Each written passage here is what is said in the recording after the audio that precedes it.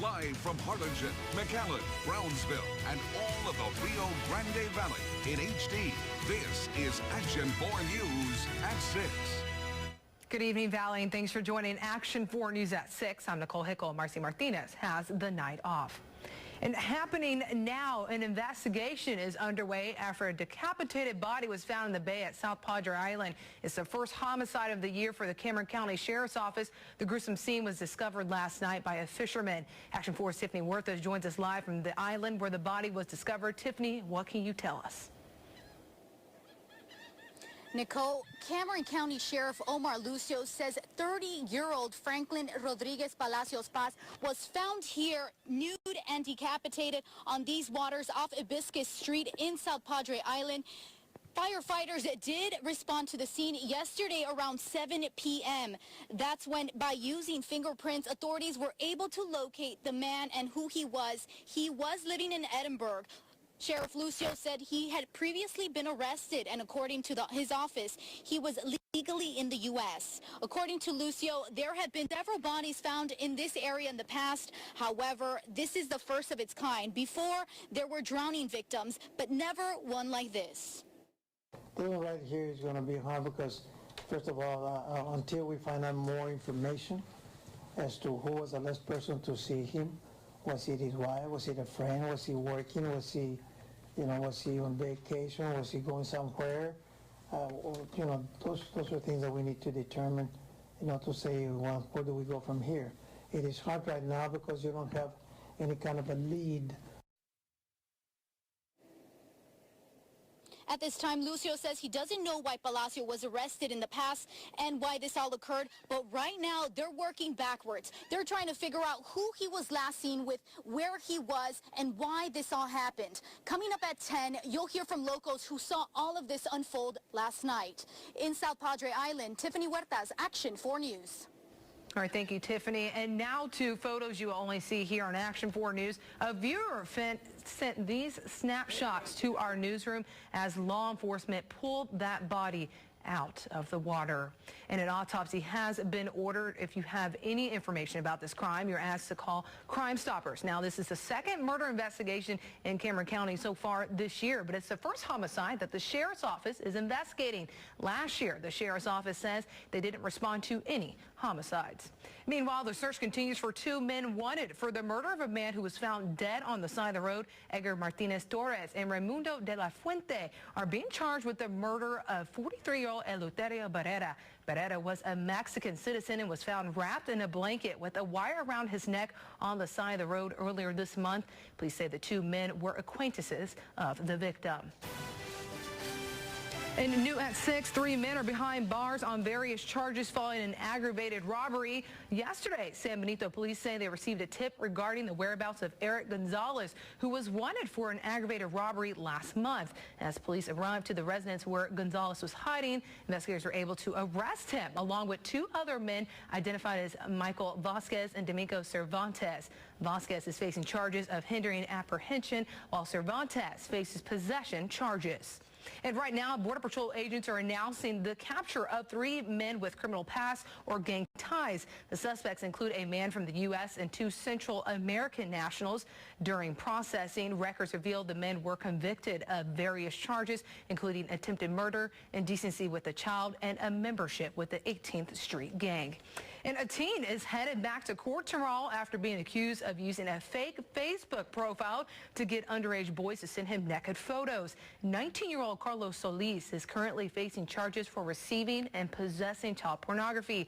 Solis is expected to be at the federal courthouse in McAllen tomorrow for a hearing where the judge will decide whether or not Solis will be released on bond. The judge says she wants to speak directly to the victim's father before she makes her decision. And this evening, a San Benito man is being held on a $15,000 bond after being accused of tampering with evidence. Harlingen police say they were called to the 700 block of North I Street in reference to a suspicious vehicle. After arriving at the scene, they found a man identified as Raimundo Varela asleep in a front seat of a car with 3 bags of a white substance on his lap. Once Varela saw the officers, he placed the bags in his mouth and swallowed them before getting out of the car. Varela is currently facing charges. charges. And nearly $865,000 worth of heroin is off the streets tonight following a bust at the Brownsville and Matamoros International Bridge. Customs and Border Protection officers say a woman driving a pickup arrived at the inspection booth and was referred to a secondary inspection area. Now, during a search, officers found 14 packages of heroin hidden inside that truck. Well, I'm sure you noticed Monday was a pretty cloudy day, and it looks like some showers are still headed our way. Meteorologist Brett Crandall live in the Weather Center. Good evening, Brett. It's kind of a rainy day again. Yes, it was, and we're continuing to see more rain in the Upper Valley, expecting another round of showers overnight in Starr and Hidalgo County. Currently, radar picking up some light to moderate showers in western portions of Hidalgo County. Mission saw a little bit of rain over the last hour, but this system is fizzling out, at least this line of showers stretching to the north all the way up to San Antonio, but expecting another round to kind of gather itself in Mexico and then push further through the Upper Valley later on tonight. Could even see a thunderstorm in the mix, but for now, just light to moderate showers through Hidalgo County. Temperature-wise, very mild, 76 in Rio Grande City, as well as in McAllen, 75 in Weslaco, and 75 in Los Fresnos. Expecting these temperatures to continue slowly nudging upwards throughout the rest of the week. But overnight tonight, we will see those temperatures fall down into the mid-60s with light showers spread across the valley in the overnight hours, in addition to those thunderstorms expected for Starr County. But we are expecting more sunshine over the next few days. A little good news for spring breakers. I'll show you what it's all about coming up in your Storm Tracker 4 forecast. Well, new details tonight involving the Cameron County Elections Commission. They have named Remy Garza as the interim elections commissioner. This comes days after Cameron County Elections Administrator Chris Davis submitted his resignation on March 2nd to take a job with the Williamson County Elections Department. And new at 6, construction is underway for a public safety building in the city of Progreso. Action 4's Ashley Custard has the details. Of course, everybody's excited, including me. The city of Progreso is building a new public safety facility to house its police and fire department. Lieutenant David Hernandez says this new building is going to be more than twice as large as their current facility. So now the city will also be looking to hire more staff. We're going to have more job opportunities, of course, because we're going to need dispatchers. Lieutenant Hernandez says right now Progreso has only 6 officers on payroll, including himself, meaning about 2 officers on duty at a time. In case the officers get separated, we're going to have dispatch. Now we know that there's somebody out there that knows what we're doing, where we're at, and if we need any help, we have somebody at the office that can provide that assistance. We definitely need that. The additional space is also something Lieutenant Hernandez says is needed. He gave us a quick tour of the department's current location. There are only a couple of rooms, an evidence and storage closet, and 1 room to house the filing system for their investigations. The problem we have is that we need to house our prisoners, and we have to ask permission from East Hidalgo to go drop them off over there. Once we have ourselves, we're not going to have that problem anymore. Lieutenant Hernandez says not having to transport inmates across town means more officers in the streets providing security and safety services to the Progreso community. In Progreso, Ashley Custer, Action 4 News. Lieutenant Hernandez says the building costs around $2 million and construction crews are expected to finish by July. Meanwhile, community pulls together to raise awareness about the forced disappearance of 43 students in Guerrero State. They're shedding light on allegations of human rights violations occurring in Mexico. The Caravana 43 led a march from Archer Park in McAllen to the Mexican consulate this afternoon, requesting the justice for the communities and families suffering the losses of their missing children. We're with the families, we're with the students. We understand that the Mexican government from the very beginning has been incredibly dishonest about the investigation and the finding of these 43 students. So not for 1 second do we believe the Mexican government when they say that the students are dead and this is a closed case. Now, some of the activists say that even though we border Mexico, the United States also plays a role and is partially responsible for the violence, as we are one of the largest drug consumers in the world. Well, let us know what you think about this story. You can sound off on our social media page by going to facebook.com/action4news.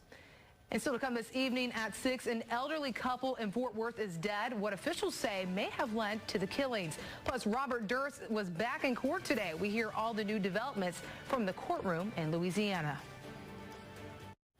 Welcome back. Right now, a new executive director has been put in place for the Hidalgo County Community Service Agency. The Hidalgo County Commissioners Court appointed an interim executive director for the troubled agency this morning. Assistant Chief Administrator Jaime Longoria, who works for the county judge Raymond Garcia, will head the Community Service Agency until the Commissioners Court appoints a permanent executive director.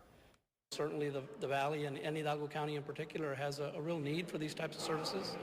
And we just can't afford to have someone who doesn't have that fire, is wanting to help people. This is a department that really can do some wonderful things, and we look forward to working with the staff and continuing to do that. A transition team has already stepped in to examine the agency's management structure and finances. And in your Texas Matters at 6 o'clock, an elderly couple is found dead in their home in apparent murder-suicide. While police are not releasing the names of the victims, they say the husband, who suffers from depression, might have shot his wife and then turned the gun on himself. Police say their daughter became concerned after she couldn't get in contact with the couple last night. Their bodies were found this morning. And today, real estate heir Robert Durst was back in court to face weapons and drug charges, in addition to the murder charge he faces in California. Mary Maloney reports on the developments in this bizarre case. Prosecutors paint Robert Durst as a cold-blooded killer with a motive for murder to silence a witness. He's responsible for the death of 3 people. In 1982, Durst's first wife, Kathy McCormick, vanished. Police and her family suspected Durst. But no body was found, and Durst was never charged. The case went cold for nearly 20 years until investigators decided to take another look. They wanted to talk to this woman, Susan Berman. But before investigators could interview Berman about Durst, she was killed. Prosecutors now say Durst did it. In my heart, I said, Bob is eliminating the witnesses and people who have knowledge of Kathy's passing. Around the same time, Durst leaves New York for this rundown apartment in Galveston, Texas, cross-dressing and posing as a mute woman. A year later, Durst admitted to killing and dismembering his neighbor, Morris Black. But a jury bought his argument of self-defense and acquitted him. Robert Durst, not guilty. Bob Durst seems to be a lucky guy. Some walk free from it. It's kind of sucks, but it's the truth. Now what may be a new truth. During a taping of an HBO show, a mic captures Durst saying these words. Kill them all, of course. His attorney says this isn't a confession and that his client is innocent. But families in multiple states hope that Durst's luck may have finally run out. I'm Mary Maloney, reporting. Robert Durst faces felony firearm and drug charges in New Orleans and murder charges in California. Prosecutors haven't decided to seek death in the murder case of Susan Berman. And the green light has been given by the Texas Senate for licensed open carry of handguns. It passed the Senate on a 20-to-1 vote. Licensee would be the same as concealed handguns, including background checks and classroom and firing range instruction. The measure is now headed to the House. Well, there's more rain in our forecast tonight, but Brett tells us there's some sunshine on our way. Is there, Brett? Yes, there is. Yes, tomorrow will be mostly cloudy across the valley, but spring breakers Thursday and Friday are shaping up to be full of sunshine, even at the island. Temperatures rising into the 70s by the end of the week along the coast. We'll let you know how long the nice weather is going to stick around coming up in your Storm Tracker 4 forecast. All right, let's get a last look at that forecast. Still kind of gloomy, but you know. But things are improving. Expecting much nicer conditions tomorrow. If you're going to be heading out to the livestock show, yes, there will be clouds, but at least not expecting any rain by the afternoon. Things will have wrapped up. We are expecting much more sunshine on Thursday and Friday. Temperatures bouncing back into the 80s before a cold front rolls through on Saturday. Even some thunderstorms possible on Saturday with the rain. But then it looks like next week, off to another great start. All right, keep that umbrella handy. That's our time for now. We'll see you back here at 10. Have a great night and be safe.